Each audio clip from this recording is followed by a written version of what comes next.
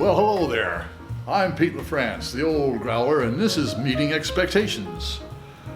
Today, we have an Expectations special because we are once again with Master Sommelier Fred Dex. Fred, introduce yourself. Hey, Fred Dex, Master Sommelier, aka the Juice Man. I'm here with my neighbor, the old growler. It's always a pleasure to be, tasting some beers on a beautiful Brooklyn Friday afternoon, and excited to taste this one because I've not had this Sierra Nevada, this Imperial IPA. So Right. I'm looking forward to seeing if it hits our expectations. That makes two of us. Okay, as we've said, it's a Sierra Nevada. It's Fantastic Haze Imperial IPA. Fantastic Haze Imperial IPA. And it got it down at the Beer Barrels store, Beer Market, for $3.35. Okay, what else does it tell us? It tells us that it's 9% ABV. It's brewed by the Sierra Nevada Brewing Company, and that is about it.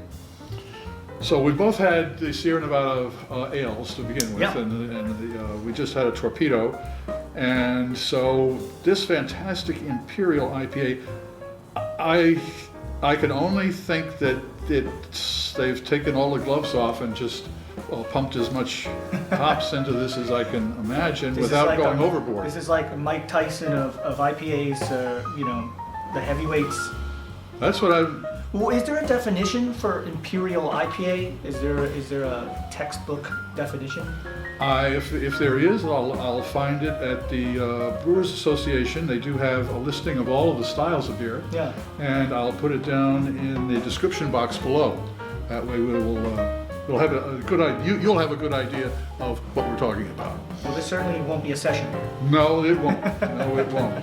So I figure it's going to be dark, almost a brass color, and hop in the nose and hop in the flavors, and that's pretty much what I'm looking at. All right, crank it open and see if it's going to meet those expectations. Well, these two words, haze and imperial, are a bit they're sort of disparate to Especially each other. Especially the haze, because this is West Coast, not East Coast. Yeah, exactly. Not New England. So that'll be interesting to see. Let's give this a look in the color here. Wow. If this is your first time here, welcome, and don't forget to subscribe and hit the bell button. That way you won't miss any of our presentations, and if you've been here before, welcome. Hope you're enjoying this as much as we are. Boy, it's a hazy color, all right. Okay. Yeah. If I was poured this beer, I would not expect 9% alcohol. I would expect an Imperial to have more of that auburn, color. It's not giving you the right visual. But still, this is... And it's holding on to a head too. But everything I expect here, that slight cloudiness, yep, it's all there. All right, well, an IPA probably should again be around cellar temperature, which being a sommelier you're very familiar with. Yes. Let's see if it is. This is at 51 degrees. So, it's just at the temperature it should be. Let's see what kind of a nose it has. Yeah.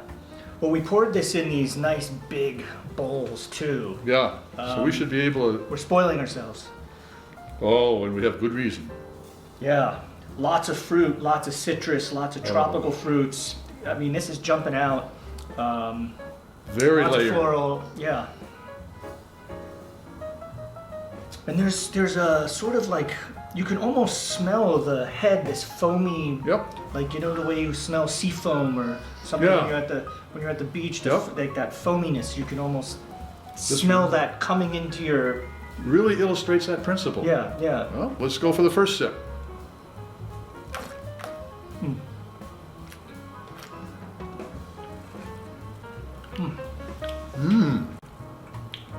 It's funny. It's not punching you in the head. Well, yeah, it's sort of. They're sort of locked. It's sort of like they're wrestlers that are just locked in sort of a move here, where the nose displayed a lot more of that fruity, hoppy, citrus, floral. The palate's got a little bit more malty sort of, and then the texture, and they're all sort of there. But yeah, I wouldn't necessarily peg this as 9%, except that it's a little maltier Yeah. on the palate, and especially going in the back end. It certainly isn't a warm beer, and by that I mean the feel of alcohol. Oh, wait a minute. It's starting to If it hits you in the chest, warm up. it hit you right here, Yeah. Adam's apple. Yeah, Yeah, just under the sternum there.